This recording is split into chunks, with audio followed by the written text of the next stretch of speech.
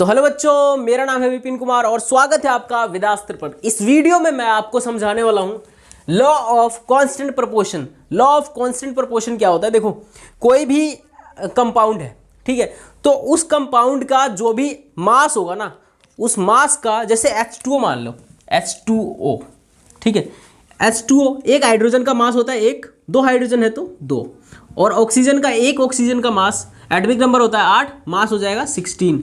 तो इसका जो ये 1:8 आया ना, ये कभी भी चेंज नहीं होगा, समझे? ये कभी भी चेंज नहीं होगा, चाहे दुनिया पलट जाए, ये कभी चेंज नहीं होगा। तो ये जो मास का रेशियो आया हुआ है, ये कभी चेंज नहीं होगा। और यही इन्होंने बताया था कि कोई भी कंपाउंड है, ठीक है, कोई भी कंपाउंड है, उसका जो मास का रेशियो है वो हमेशा सेम रहेगा, कभी भी चेंज नहीं होगा, समझे? तो जैसे और लिख लो CO2 का देखो, कार्बन का एटॉमिक नंबर होता है 6, मास नंबर होता है 12, ठीक है, एक ऑक्सीजन का 8 एटॉमिक नंबर और मास नंबर 16, दो ऑक्सीजन है तो 32, तो 12:32। ये जो रेशियो आया है ना, ये रेशियो कभी चेंज नहीं होगा। इस रेशियो को तुम, ये जो रेशियो आया हुआ है कार्बन डाइऑक्साइड का, कार्बन और ऑक्सीजन का, कार्बन डाइऑक्साइड में कार्बन और ऑक्सीजन का जो रेशियो है, ये रेशियो कभी चेंज नहीं होगा, ये हमेशा कांस्टेंट ही रहेगा, हमेशा सेम रहेगा, समझे? हमेशा सेम रहेगा। तो इसको जब तुम कैंसिल करोगे 3:8, ये रेशियो कभी चेंज नहीं होगा, कभी चेंज नहीं होगा, ये रेशियो सेम ही रहेगा हमेशा। जैसे और देखो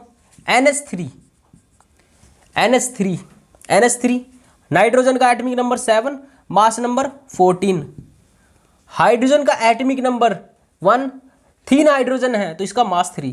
तो ये जो रेशियो आया हुआ है ये हमेशा सेम रहेगा, कभी भी चेंज नहीं होगा, समझे? ये हमेशा सेम रहेगा। तो इन्होंने ये बताया कि भाई जो भी मास का रेशियो है, एक कंपाउंड के अंदर जो मास का रेशियो है वो कभी चेंज नहीं होता, हमेशा सेम रहता है। तो और इन्होंने ये भी बताया कि जो कंपाउंड के मास का रेशियो है वो हमेशा सेम रहता है, और उनके परसेंटेज का भी मास का रेशियो, मास के परसेंटेज का रेशियो भी हमेशा सेम रहता है। जैसे देखो, इसमें कार्बन का अगर तुम निकालो, देखो कार्बन का कैसे निकालोगे, मास परसेंटेज कैसे निकालते हैं, कैसे कैलकुलेट करते हैं? देखो, मान लो तुम्हें कार्बन का निकालना है, इस कार्बन डाइऑक्साइड में कार्बन का मास परसेंटेज निकालना है, तो निकालो मास percentage of carbon in CO2, carbon dioxide. देखो, तो इसको निकालते हैं mass of carbon divided by total मास मतलब टोटल कार्बन डाइऑक्साइड, टोटल का मास इंटू 100। तो इसको निकालते हैं हम इस तरह से, मास ऑफ कार्बन कितना है 3, और टोटल मास कितना है 3 + 8 इंटू 100। इसको सॉल्व करोगे 3/11 इंटू 100, ये निकल के आएगा तुम्हारे पास मे बी 1.11%। देखना निकाल करके, समझे? कार्बन का जो परसेंटेज आएगा वो इतना है, और यहाँ से ऑक्सीजन का कितना आएगा निकालो।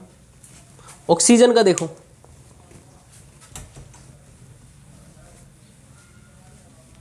ऑक्सीजन का कैसे निकालोगे?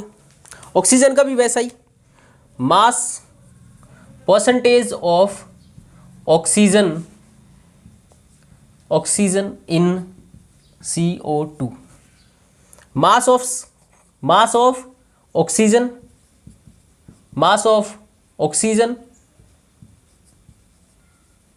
Divided by total mass into 100। Mass of oxygen कितना है 8 डिवाइडेड बाई टोटल इंटू 100।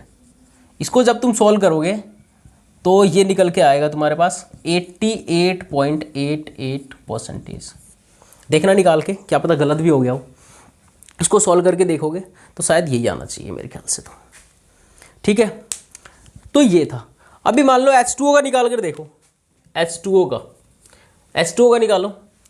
इसका जो रेशियो आएगा हाइड्रोजन का, एक हाइड्रोजन का एटॉमिक नंबर 1, मास नंबर भी 1, 2 हाइड्रोजन है तो 2। ऑक्सीजन का एटॉमिक नंबर 8, मास निकालोगे 16, तो 1:8, इसका 1:8 आया। अब यहां से निकालो मास percentage of hydrogen in H2O। तो mass of hydrogen divided by total mass into 100। Mass of hydrogen है 1 और टोटल मास हो जाएगा 9 इंटू 100। इसको सॉल्व करके देखना, ये आएगा लगभग